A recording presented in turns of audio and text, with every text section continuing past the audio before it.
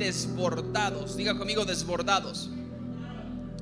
Y estamos hablando acerca de cómo podemos ser más generosos para con Dios, cómo podemos crecer en generosidad, y es algo que las escrituras nos tienen que hablar muchísimo. Y de hecho esta mañana vamos a hablar acerca de un tema muy especial, porque estaremos hablando acerca de todos necesitamos un nuevo comienzo. Mira a la persona que está a la par y dígale: todos necesitamos un nuevo comienzo. Todos en algún punto necesitamos comenzar de nuevo, ya sea en un área en específico, ya sea en nuestra vida en general o en nuestra vida espiritual. De hecho, todos en algún punto tuvimos un comienzo, un antes y un después. De hecho, la misma historia del mundo tuvo un antes y un después, un antes de Cristo y un después de Cristo. Pero no quiero continuar sin antes pedirle que usted pueda levantar su Biblia en su mano derecha. Usted ya sabe que solemos hacerlo en esta iglesia, y diga conmigo: esta es mi Biblia. Soy lo que dice que soy, tengo lo que dice que tengo, porque esta es mi Biblia. Voy a leerla, voy a estudiarla, voy a practicarla, porque esta es mi Biblia. Todos necesitamos un nuevo comienzo. Y quisiera comenzar con una verdad que de repente la escuchamos mucho en las iglesias, pero normalmente nos cuesta un poco creerla, y es que Dios te ama. Gracias por esos tibios amenes. Dios te ama. Él te ama tal y como eres. Y esta es una verdad difícil de aceptar para algunos, porque sabemos cuántos errores cometemos. Dios nos ama increíblemente, más allá de lo que nuestra mente puede captar, percibir o entender. Pero muchas veces nos cuesta asimilar esta verdad, porque en ocasiones nos damos cuenta que cometemos muchísimos errores. ¿Cuántos han cometido errores esta semana? Levanten la mano. Todos hemos cometido errores. Entonces, cuando venimos delante de Dios y Él nos dice que nos ama, nos cuesta creerlo. Nos cuesta creerlo porque sabemos los errores que hemos cometido, lo que no hicimos, lo que dejamos de hacer o lo que hicimos mal. Y Dios nos ama tal y como somos. Tal y como somos. Pero su amor es tan inmenso que no dejará que nos quedemos tal y como estamos. Voy a volver a repetir eso. Dios nos ama tal y como estamos, tal y como somos. Pero su amor es tan grande, tan inmenso, tan imaginable, que no va a dejarnos estar o quedarnos en el lugar en el que estamos. Esto es como cuando usted rescata un perrito de la calle, hermano. Usted, sobre todo si conoce a alguien, usted que tiene esa facilidad, que tiene ese corazón hacia los perritos o los gatitos o lo que sea de la calle, usted sabrá y usted conocerá que hay gente que los recoge de la calle, los aman tal y como vienen, sucios, llenos de pulguitas, llenos de enfermedades. Pero si realmente ese amor es genuino, no lo va a dejar así. Bueno, es pulgoso, ni modo, lo vamos a aceptar tal como es. No, lo primero que hace la gente, ¿qué es? Pegarle un buen baño, bañarlo bien, tratarle de quitarle las garrapatitas, las pulguitas. Y Dios nos ama tal y como somos. Algunos tenemos una que otra pulguita. Yo sé que nos vemos lindos y guapos los domingos, bien perfumados, pero usted y yo saben de lo que estamos hablando. Algunos de nosotros tenemos una que otra pulguita ahí que nos rasca el martes, que nos rasca el jueves. Y Dios, como es un buen padre, nos va a agarrar y nos va a dar un nuevo comienzo. Algunos de nosotros necesitamos comenzar de nuevo. Y qué mejor que este mensaje para finalizar el año. Para ya casi finalizar el año, ¿no? Porque nos falta, ¿qué? Un mes, 6 semanas, tal vez 6, 8 semanas para terminar el año. Y algunos necesitaremos entonces resetear algunas áreas de nuestras vidas. Algunos nos propusimos cosas al inicio del 2022 y no las cumplimos. ¿Cuántos se propusieron bajar de peso este año y no lo han logrado? ¿Cuántos se propusieron, qué sé yo, ser mejores esposos, mejores esposas, o estudiar una carrera, o terminar una carrera, o ser padres más presentes? Tantas cosas que nos propusimos a inicio de año, y algunas de ellas sí las cumplimos, algunas otras no. Y en ocasiones Dios nos va a dar un nuevo comienzo. Cuando hablamos acerca del amor de Dios, debemos darnos cuenta que esa expresión está conectada con una palabra muy utilizada en las iglesias, que es gracia. Diga conmigo, gracia. La gracia de Dios y el amor de Dios están conectados, están conectados uno con otro. El único problema de la gracia es que en ocasiones, si es que podemos decirlo así, entre comillas, problema, pero el único problema de la gracia es que Dios hace tan buen trabajo limpiándonos, que en ocasiones la gente que nos conocía antes nos ve ahora y dice: ¿qué pasó con este? Al vernos, la gente piensa que no hemos pasado por nada difícil en el pasado. Cuando de repente venimos a la iglesia, y esto suele darse mucho en el contexto de las iglesias, cuando venimos a la iglesia vemos a la persona que está a la par y vemos cómo adora, vemos cómo trae su Biblia, vemos cómo trae su diezmo, su ofrenda, y decimos: esta persona tiene la vida resuelta. O vemos familias que vienen tomadas de la mano, o vemos esposos que vienen tomados de la mano, o vemos aquellas familias que todos sirven en la iglesia, y de repente usted es nuevo en la iglesia o tiene poco tiempo aquí y dice: esta persona parece perfecta, parece que no tiene problemas de lunes a viernes. Porque la gracia de Dios nos transforma de tal punto que aparentemente, a simple vista, pareciera como que nada ha pasado. Vemos a las personas a nuestro alrededor y no sabemos todos que hemos pasado dificultades, momentos bajos, depresiones, dudas, incertidumbres. Pero ha sido la gracia, diga conmigo, gracia, la que nos ha sostenido y nos ha levantado. La gracia de Dios es la que nos toma como ese cachorrito de la calle, nos limpia, nos lava y luego nos pone perfumaditos en la sala de la casa, y la gente llega y dice: ay, qué lindo cachorrito, pero no saben que ese cachorrito venía de la calle. De igual forma, la gente nos ve ahora bien perfumados, bien cambiaditos, que vamos cada domingo a la iglesia, y la gente nos dice: ay, qué lindo ese cristiano, pero no saben de dónde venimos. Que ha sido la gracia la que nos ha levantado, que ha sido la gracia de Dios la que nos ha permitido tener una empresa, que ha sido la gracia de Dios la que nos ha permitido conseguir un nuevo trabajo, que ha sido la gracia de Dios, que ha sido la gracia de Dios. Ahora, yo sé que a veces este término de la gracia de Dios nos cuesta un poco entenderlo. Pues pensando en un ejemplo para tratar de entenderlo, encontré los bebés. En un par de semanas nosotros tendremos nuestro segundo bebé. Y un bebé no puede aportar nada en la casa. No manejan, no sacan la basura, no traen ingresos extras a la casa, todo lo contrario, más bien el presupuesto sube. Pero aquí nos encontramos los papás, cambiando toda nuestra agenda para atender a este bebé, cambiando nuestras horas de dormir, nuestras horas de descanso, inclusive a veces nuestras horas de comer. Ahí encontramos a la mamá que da lactancia materna, que ni siquiera ha comido a veces, pero como el bebé quiere esa lechita en ese momento, vamos. ¿Y por qué lo hacemos? Si ese bebé en teoría no nos da nada de vuelta, lo hacemos por amor, porque somos padres, madres, que amamos a esa nueva criatura que ha llegado a casa, que nos ha quitado nuestras horas de desvelo, que nos ha dado horas de desvelo, mejor dicho, que ahora estamos cansadísimos, con ojeras así. Sí, hermano, estoy entusiasmadísimo porque viene nuestro segundo bebé, como usted lo podrá notar. Pero ¿por qué lo hacemos? Y nos ponemos a pensar, ¿por qué un papá y una mamá deciden cambiar toda su agenda para atender a esta nueva criatura que ha llegado? Que lo único que hace es llorar, dormir y hacerse popó. Porque lo amamos. De igual manera nosotros para con Dios. ¿Qué podemos ofrecerle usted y yo a Dios que Él ya no lo tenga? ¿Qué le podemos dar usted y yo a Dios que lo pueda sorprender? Nada. Es más, a veces hasta hora de sueños le quitamos a Dios, con las locuras que usted y yo hacemos a veces. No se haga el santo. Dios a veces con algunos de nosotros tiene que dar hasta horas extra. Ay, Dios mío, andarnos cuidando con algunas cosas que hacemos. Y a veces le damos dolores de cabeza, frustraciones. A veces Dios se entristece con nosotros. Pero ¿por qué Dios sigue siendo fiel? Eso es la gracia de Dios.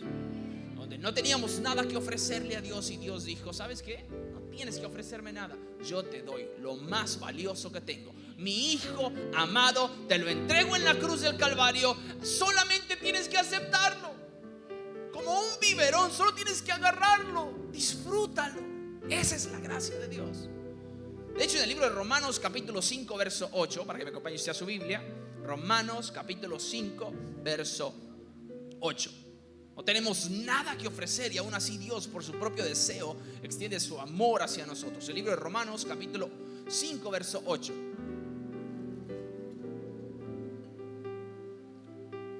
Texto muy conocido, dice: pero Dios demuestra su amor por nosotros en esto, en que cuando todavía éramos pecadores, Cristo murió por nosotros. Me encanta que el texto hace la aclaración que Cristo murió por nosotros, no cuando éramos santos, sino todo lo contrario, cuando todavía éramos pecadores. Y eso es algo que nos cuesta entender, porque en ocasiones esperamos que el niño saque buenas notas para premiarlo. Nadie premia cuando está cometiendo un error. Y Dios hace todas las cosas, parece al revés, porque nos dio un enorme premio aun cuando estábamos con muy malas, pésimas calificaciones. Romanos capítulo 3 versos 23 y 24 dice: pues todos han pecado y están privados de la gloria de Dios, pero por su, dígalo conmigo, gracia, dígalo fuerte, gracia, son justificados gratuitamente mediante la redención que Cristo Jesús efectuó. Por su gracia. ¿Qué significa la palabra gracia? Hay muchísimas definiciones que podamos encontrar, pero me encantó esta. La gracia de Dios es la riqueza de Dios a expensas de Cristo. La gracia de Dios es prácticamente pagar con la tarjeta de Dios, pero que ese cargo se lo cobren a Jesús y no a mí. Es ir al supermercado, comprar la despensa del fin de semana, pero la cuenta no la voy a pagar yo, la va a pagar Jesucristo. Eso es la gracia de Dios. De hecho, en 2 Corintios capítulo 12 verso 8 al 9, solo quiero poner un pequeño fundamento. El apóstol Pablo dice: 3 veces le rogué al Señor que me la quitara. ¿El qué? Un aguijón que tenía en la carne. Pero el Señor me dijo: te basta con mi gracia, pues mi poder se perfecciona en la debilidad. Todos estos versos que leímos fueron escritos por alguien considerado el apóstol de la gracia, que es el apóstol Pablo. Usó la palabra gracia más de 100 veces a lo largo del Nuevo Testamento. De hecho, todos los autores, aparte del apóstol Pablo, si sacáramos a todos los autores, excluyendo al apóstol Pablo, y los uniéramos a todos los demás solo la usaron 51 veces entre todos. O sea que el apóstol Pablo, él solito, duplicó el colocar la palabra gracia, claro, inspirado por el Espíritu Santo, pero colocar la palabra gracia en sus textos 100 veces, más de 100 veces la utilizó. ¿Por qué el apóstol Pablo tiene esta inclinación hacia la gracia? ¿Por qué este hombre, inspirado por el Espíritu Santo, pero decide poner la palabra gracia tantas veces en tantos textos? Bueno, por su pasado. ¿Cuál es el pasado del apóstol Pablo? De hecho, vamos a un poquito a la historia y la vamos a ver a continuación. Su nombre ni siquiera era Pablo, era Saulo. Y en Hechos capítulo 8, quiero que me acompañe el libro de Hechos capítulo 8, porque vamos a navegar un poquito en ese capítulo. Hechos capítulo 8, está pasando una de las cosas más graves que ha sucedido en el Antiguo Testamento después de la partida de Jesús, y es la muerte de Esteban. Esteban es sacado por predicar el evangelio, es tomado prácticamente prisionero, tirado a la calle. Entonces la gente toma piedras y empieza a lanzarle las piedras a Esteban hasta matarlo. Y en ese evento de tanta conmoción está Saulo ahí parado, aprobando lo que la gente está haciendo. Esa es la historia de Pablo. De ahí, de ese trasfondo viene. Y en el verso 1 dice: y Saulo estaba ahí aprobando la muerte de Esteban. O sea, si hay una persona que tiene un pasado oscuro, es Saulo. De hecho, en el verso 3, si avanzamos un poco, dice: Saulo por su parte causaba estragos en la iglesia. entrando de casa en casa y arrastraba hombres y mujeres y los metía en la cárcel. O sea, estamos hablando de un hombre que no jugaba. Estamos hablando de un hombre que era muy comprometido con su causa, aunque su causa fuera errónea. ¿Cuál era la causa del apóstol de Saulo en este caso? Bueno, era apóstol todavía. La causa de él era que este nuevo movimiento que se estaba levantando después de la muerte de este hombre Jesucristo estaba yendo contra la tradición judía. Su tarea, él pensaba, de parte de Dios, era disipar, era eliminar a todas las personas de este nuevo movimiento llamado el camino. Era cortar de raíz esta nueva filosofía de vida que se había levantado después de que 12 hombres habían dicho que habían visto a un hombre resucitado. Entonces Saulo estaba comprometido y entraba a las iglesias y los sacaba del pelo, los metía a la cárcel, e inclusive a algunos hasta les quitaba la vida. De hecho, tan comprometido estaba este hombre con esta causa que lo vemos aprobando uno de los tantos sacrificios que hicieron, que fue el sacrificio de Esteban. Si vamos al capítulo 9, verso 1 y 2, dice: mientras tanto Saulo, respirando aún amenazas de muerte contra los discípulos del Señor, se presentó al sumo sacerdote y le pidió cartas de extradición para las sinagogas de Damasco. Tenía la intención de encontrar y llevarse presos a Jerusalén a todos los que pertenecieran al camino, fueran hombres o mujeres. O sea, este hombre tenía realmente el compromiso. Su tarea día con día era matar cristianos, encarcelar cristianos, independientemente fueran hombres o mujeres, no me importa. Este es mi llamado de parte de Dios. Imagínense qué tan erróneos podemos estar a veces, que podemos estar haciendo cosas que pensamos que agradan a Dios, pero que realmente no lo agradan. Ese era el caso de Saulo. Esa es la historia de Saulo antes de encontrarse con la gracia. De hecho, va a haber una fotografía en las pantallas. Era tanto el compromiso de Saulo con esta causa que estaba dispuesto a recorrer más de 209 kilómetros desde Jerusalén, que la va a ver usted un poquito abajito y creo que tiene un círculo alrededor, hasta Damasco, que estaba súper arriba. Un trayecto de entre 6 a 2 semanas. Recuerde, ahí no hay tren, no hay avión, no hay nada de eso. Entre 6 a 2 semanas solo para ir y matar y meter en prisión a cristianos. Ese es el compromiso de este hombre. O sea, este hombre está comprometido con realmente cumplir lo que Dios le dijo, según él. Hechos capítulo 9, verso 4 y 5. Cuando va en este trayecto, él cayó al suelo y oyó una voz que le decía: Saulo, Saulo, ¿por qué me persigues? Claro, lleva toda una comitiva, lleva cartas, lleva autorizaciones para meter a estos cristianos presos. Y en lo que va en este trayecto, escucha una voz que lo lanza al suelo y que esta voz le dice: Saulo, Saulo, ¿por qué me persigues? ¿Quién eres, Señor?, le contestó. Yo soy Jesús, a quien tú persigues, le contestó la voz. Es una de las imágenes más impactantes que podamos tener después de la partida de Jesucristo. Porque es un hombre que pensaba que estaba haciendo bien las cosas. Es un hombre que pensaba que desde el cielo le estaban aplaudiendo por meter presos a cristianos. Y es un hombre que se encuentra con la realidad de que estaba completamente equivocado y que toda su vida había sido una completa mentira. Hasta que la gracia lo sacude tanto que lo lanza al suelo. Algunos de nosotros en ocasiones Dios tiene que hacer cosas tan difíciles en nuestras vidas, o permitir cosas difíciles, para que reconozcamos que nuestro camino es erróneo. Lastimosamente algunos tenemos que ser presionados, lanzados al suelo para realmente reconocer, como Nabucodonosor: Señor, perdóname, no es por mi mérito propio, es por tu mérito propio. Fue el mismo caso de Saulo. Jesús interrumpe el camino que llevaba Saulo y lo sigue haciendo con nosotros hoy en día. Jesús sigue interrumpiendo ciertos caminos para asegurarse que lleguemos hacia donde Él nos destinó que lleguemos. Muchas de las cosas que hemos vivido en nuestras vidas han sido interrupciones de Dios, Porque si seguíamos ese camino, probablemente terminaríamos en un lugar donde Dios no quería que estuviéramos, con personas que Dios no quería que estuviéramos, haciendo cosas que Dios no quería que estuviéramos haciendo.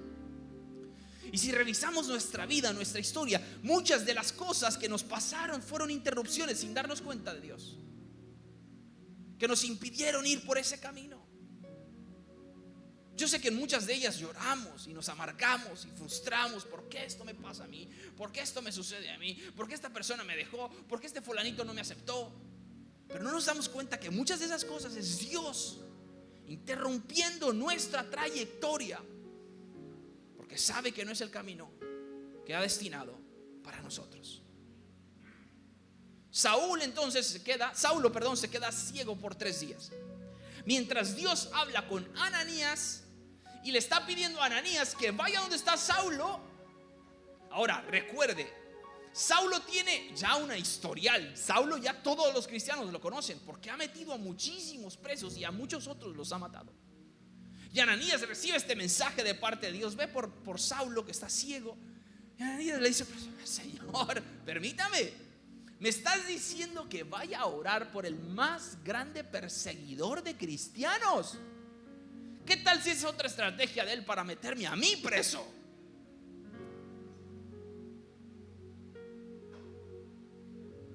Pero Ananías, muy obediente a Dios, va, ora por Saulo. Y en el verso 18 y 20 se registra así: al instante cayó de los ojos de Saulo algo como escamas y recobró la vista. Se levantó y fue bautizado, y habiendo comido recobró fuerzas. A algunos les encantan estos pasajes. Y habiendo comido recobró fuerzas. ¿Ha conocido usted a alguien que se pone de mal humor cuando no ha comido? ¿Conoce usted a alguien así? Que se pone muy de malas cuando se le pasan 15 minutos del almuerzo. Yo soy uno de ellos, hermano. Yo me pongo de malas. Si a mí se me pasa el almuerzo, hasta dolor de cabeza me da. Hasta empiezo a sudar. Dios mío, vamos, que tengo hambre. Y mire, el Saulo recobra fuerzas después de haber comido. Ya va a comer, tranquilo, hermano. Ya vamos a salir. Algunos se me quedaron en ese mensaje, en esa porción, en ese texto se quedaron y ahora están pensando: ¿qué vamos a almorzar hoy? Regrésese aquí, que estábamos bien concentrados. Ahora, este hombre que antes perseguía a cristianos, ahora encuentra la gracia, es transformado y ahora quiere pertenecer a lo que antes él quería destruir. Y en el verso 26 dice: cuando llegó a Jerusalén, o sea, se regresa, y cuando llega a Jerusalén trataba de juntarse con los discípulos. Esta parte me quiebra a mí. Cuando llegó a Jerusalén trataba de juntarse con los discípulos. ¿Alguna vez usted fue rechazado por algún grupo? Solo populares hay aquí, pues. ¿Alguna vez usted intentó en el colegio acercarse a algún grupo y fue rechazado?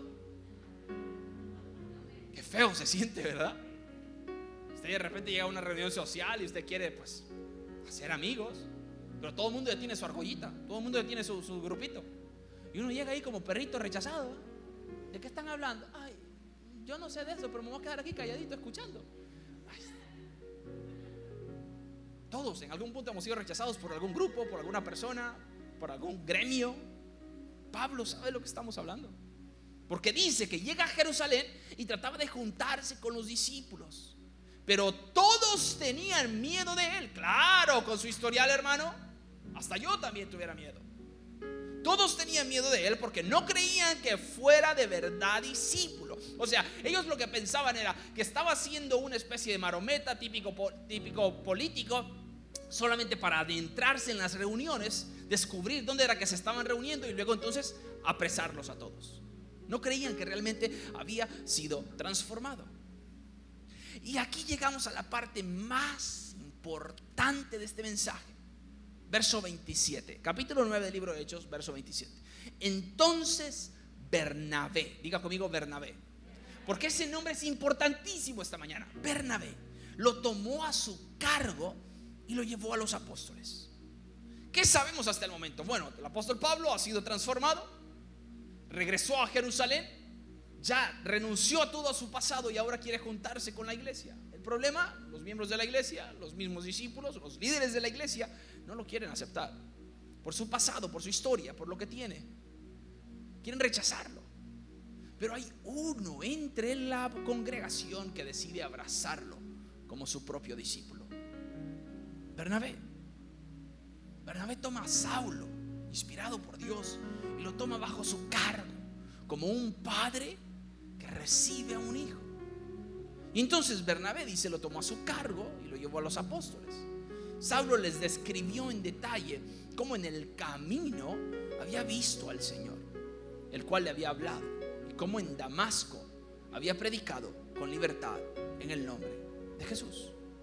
¿Cómo es posible que Bernabé tuviera tanta influencia sobre los discípulos? O sea, estamos hablando de un hombre que no es discípulo, un miembro de la congregación, pero que tiene, parece, según el texto, cierta influencia sobre el liderazgo de la iglesia. Porque antes no querían escuchar a Saulo, pero cuando Bernabé lo toma como su propio discípulo, como un mentor para Saulo, entonces los discípulos dicen, bueno, si Bernabé lo está recomendando, vamos a prestarle atención. ¿Cómo logró Bernabé tener tanta influencia sobre hombres que estuvieron conectados directamente con Jesús? ¿Cómo fue posible que este hombre que no es discípulo, que no estuvo cuando Jesucristo resucitó, pero que ahora ha sido parte de la congregación? Note, ahí nos damos cuenta que la influencia no necesariamente depende de la posición de la persona. Usted no necesita un micrófono para tener influencia, usted no necesita coordinar un grupo para tener influencia. Todos podemos tener influencia. Miren el libro de Hechos, información que sabemos sobre Bernabé. Hechos capítulo 4, verso 36 y 37. José, un levita natural de Chipre, a quien los apóstoles llamaban Bernabé. Su nombre real entonces no era Bernabé. ¿Cómo se llamaba? José. Entonces los discípulos que tenían esa mala maña, bueno, mala maña digo yo, pero esa mala maña de cambiar el nombre, ¿a quién se lo aprendieron? Al maestro. Jesús cambiaba los nombres. Y los discípulos entonces dice José, un levita natural de Chipre, a quien los apóstoles llamaban Bernabé, que significa consolador. O sea, lo que pasaba con este hombre es que José llegaba al evento, a la congregación, y le gustaba animar a la gente, le gustaba levantar el espíritu de la gente. José miraba a alguien cabizbajo y le decía, vamos, que Dios está contigo. José miraba que alguien llegaba triste, apagado, y oraba por él. No era discípulo, no estaba en la cúpula, pero le gustaba hacer esto, le gustaba levantar el espíritu de la gente, muy similar a usted cuando se sienta con alguien enojado a la par y que a usted le gusta que esa persona sonría. Bueno, mira a la persona que tenga a la par, dígale, qué bien te ves hoy. Sobre todo si es su esposa o su esposo, con mayor razón, ¿verdad? Sobre todo si vinieron enojados, es su oportunidad divina, hermano. Se le está abriendo un campo divino aquí para que se puedan reconciliar. Qué bien te ves. Eso es lo que José hacía. O sea, José llegaba a la reunión, no había ni empezado la reunión y empezaba, qué bien te ves hoy. Qué bien se te ve el físico. Qué bien ¿has estado comiendo bien? Muy bien. Y José le gustaba animar, consolar, levantar el espíritu. Entonces los discípulos dijeron, no, tú no eres un típico José. Te vamos a llamar Bernabé, que significa consolador. Verso 37. ¿Cómo obtuvo tanta credibilidad Bernabé frente a los discípulos? Verso 37. Vendió un terreno que poseía, llevó el dinero y lo puso a disposición de los apóstoles. No nos da más información, no sabemos si tenía muchos terrenos, trabajaba en bienes y raíces o era un solo terreno, pero al parecer en un momento de crisis Bernabé dijo, ¿saben qué? Dios me ha bendecido tanto a mí y creo tanto en este movimiento que se está levantando, el camino, que yo quiero aportar financieramente. Lo que tengo es un terreno, voy a venderlo y voy a traer el dinero. Y lo hizo. Claro, ahora entendemos entonces cuando este hombre trae a Saulo y le dice, oigan, deberían de escuchar la historia de este hombre. Cuando él les sugiere que escuchen lo que ha pasado con este hombre que antes era perseguidor y ahora quiere pertenecer al camino, entonces los discípulos dicen, no, si Bernabé lo dice, vamos a escucharlo. ¿Qué sabemos de Bernabé? Se llama José, pero los discípulos lo conocen por Bernabé, que significa consolador. Vendió un terreno y lo puso a disposición de los discípulos. ¿Por qué tenía influencia? Porque Bernabé era un hombre que consolaba a otros y era generoso. El mensaje de gracia del apóstol Pablo no hubiera existido si Bernabé no hubiera sido un hombre que animaba a otros y generoso. O sea, pongámonos un poco en la historia. Esas 100 veces que el apóstol Pablo menciona la gracia no hubieran aparecido. Porque ¿qué hubiera pasado si extraemos de la historia la figura de Bernabé? Los apóstoles jamás se hubieran escuchado lo que tenía que decir Saulo por su pasado, y hubiéramos perdido una gran parte del Nuevo Testamento. Claro, el propósito de Dios siempre se hubiera cumplido, pero note usted lo que pudo haber pasado. El apóstol Pablo, entonces, al verse rechazado, hubiera dicho: bueno, voy a seguir mi camino yo solito, en casa, voy a estudiar, no puedo asistir a la congregación, pero bueno, ni modo, aquí me voy a quedar. Pero nunca hubiera sido involucrado, nunca hubiéramos tenido los viajes misioneros del apóstol Pablo, nunca hubiéramos tenido textos tan maravillosos como los que tenemos hoy que él ha escrito. Nunca hubiera fundado tantas iglesias como la que fundó en Roma, en Corinto, en Éfeso y en todos estos lugares. El evangelio jamás se hubiera expandido de tal forma. Otra cosa más tremenda: el apóstol Pablo tuvo un corazón hacia los gentiles, hacia usted y a mí, que es un gentil, alguien que no es judío. Si Bernabé no hubiera entrado en esa escena, probablemente el evangelio no hubiera llegado a usted y a mí. Siguiéramos viviendo la vida loca usted y yo. Estaríamos más pendientes de Qatar que de lo que Dios ha hecho en nosotros. Sí, esa sería nuestra vida.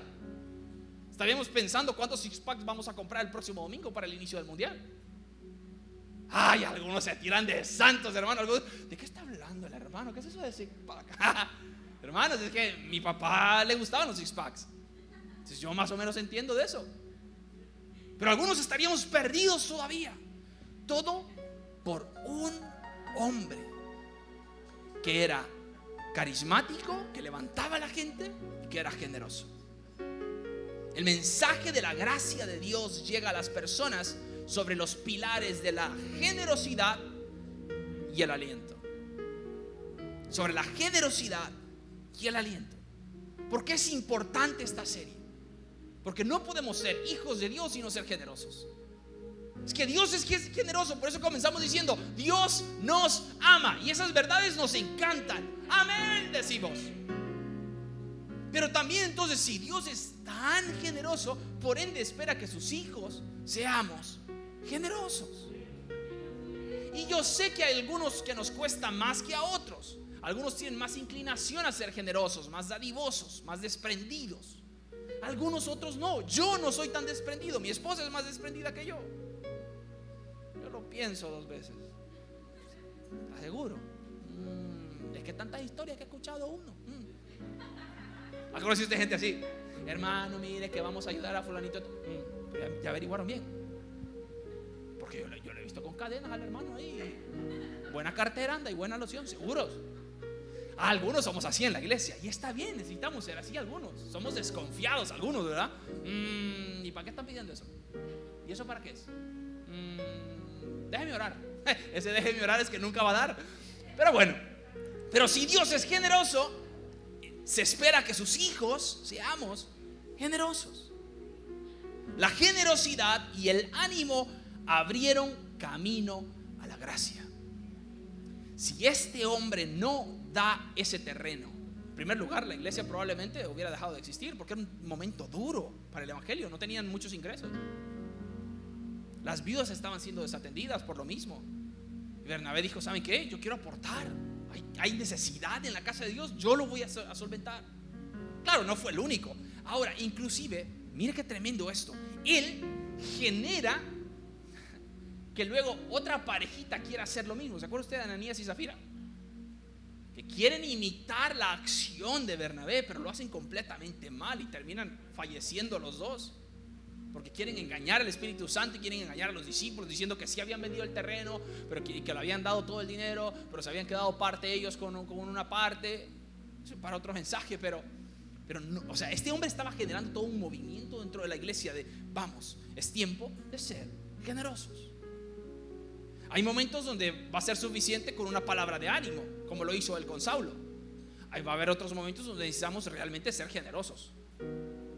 La generosidad y el aliento todavía abren el camino a la gracia de Dios. Ahora, este mensaje está muy bonito, muy lindo. La gracia va caminando sobre dos pilares: la generosidad y el animar a otros. Pero llevemos a la práctica. ¿Qué cosas prácticas podemos hacer usted y yo hoy para aplicar este mensaje? Bueno, cosas tan sencillas como enviar un mensaje de ánimo a alguien. Hermano, es que a mí no me sale esto, yo soy bien tímido, bien cohibido. Ponga un recordatorio en su teléfono: hoy a las 5 de la tarde. Hoy a las 5 de la tarde darle un piropo a mi esposa. Y aunque le suene la alarma ahí, ¿qué es eso vos? Qué guapa te ves hoy, tal vez con los rulos, su hermana, su esposa ahí. ¿Qué le pasa a esto? Hoy decirle a mi papá que lo está haciendo bien. Viejo, lo estás haciendo bien, fíjate. ¿Qué querés? ¿Pisto querés? Que decían los papás, ¿verdad? Cuando uno entra al cuarto: papá, ¿qué querés? ¿Pisto? No tengo. ¿Qué otra cosa? Hoy decirle, qué sé yo, a mi catedrático que me encantó la clase, aunque quedé perdido, pero me encantó. Dejar una nota de agradecimiento. ¿Por qué esperamos que solo las mamás pueden hacer esto? También los papás pueden hacer esto. No, hermano, es que mire, yo salgo en la mañana como loco ¿Por qué no puedes dejarle una nota de agradecimiento a tus hijos? No, es que mire, que es la doña la que le prepara todo y que lo cambia. ¿Y tú por qué no? No, es que los machos no hacemos esas cosas. ¿Cómo que no? Podemos hacerlo. Digan los hombres conmigo: sí puedo. No, dígalo como macho: sí puedo. Ahí está. Podemos ser generosos. Ve que no necesariamente se necesita solamente en lo económico. Usted puede ser generoso para animar a otros. Usted puede ir donde alguien y decirle: ¿sabes qué? Lo estás haciendo muy bien. Si su hijo últimamente ha sacado malas notas, ¿alguien ha estado batallando con que su hijo ha estado sacando malas notas? No diga que no levante la mano, porque lo va a exponer. Lo va a exponer, no levante la mano. Pero si su hijo ha tenido dificultades en los estudios últimamente, láncele un pequeño ánimo. Vamos, mi campeón, usted puede.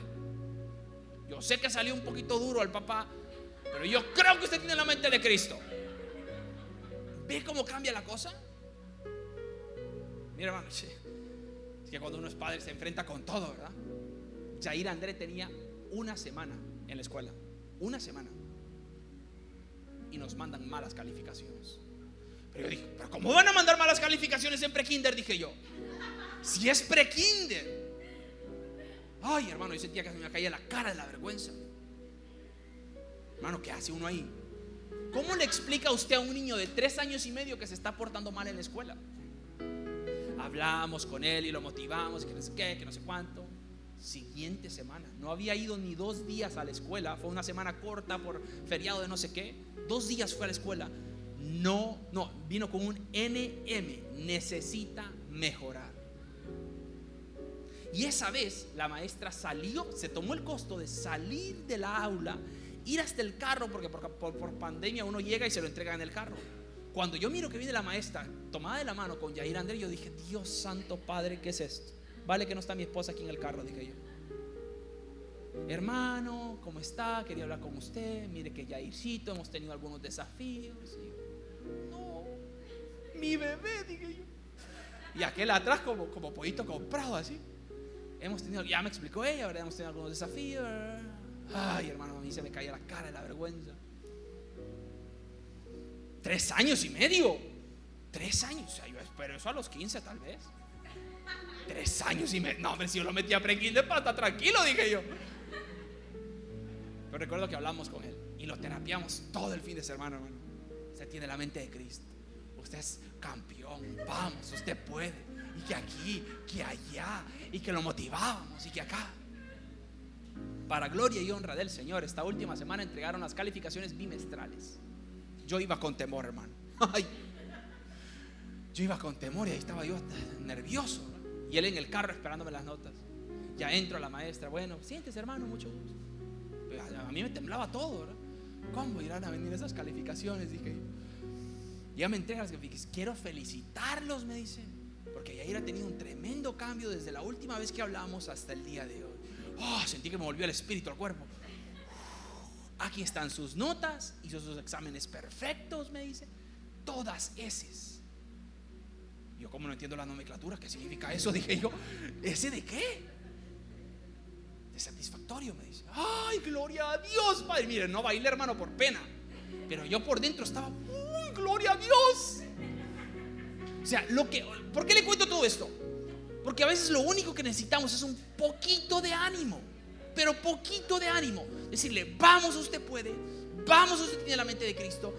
Vamos, yo lo voy a ayudar. Vamos a estudiar juntos y vamos a sobreponernos. Yo sé lo que algunos me están diciendo, hermano, llevo 6 meses haciendo eso y no, este hipote no arranca. Pero tenga paciencia, hermano. ¿Acaso Cristo no lo ha hecho con nosotros? ¿Acaso Cristo no es lo que hace todos los días? Cuando nos equivocamos, cuando gritamos, cuando tiramos puertas, cuando se nos sale el francés. ¿Acaso no es Dios el que viene y dice, vamos, hijo mío, yo sé que tú puedes cambiar eso, yo sé que tú puedes dejar ese vicio, yo sé que tú puedes hacer esto? Ayuda a alguien esta semana a completar una tarea. Ayuda a alguien. Y no lo típico, ya te ayudé, viste, va, viste que ya trapié. No, hacerlo desinteresadamente. La otra persona se da cuenta o no se da cuenta, pues ya es cosa de la otra persona, pero usted está ayudando a alguien a completar una tarea. Quiero pedirle que podamos inclinar nuestro rostro esta mañana, porque la generosidad y el ánimo abren camino a la gracia. Padre, esta mañana te damos gracias, porque si no hubiera sido por ese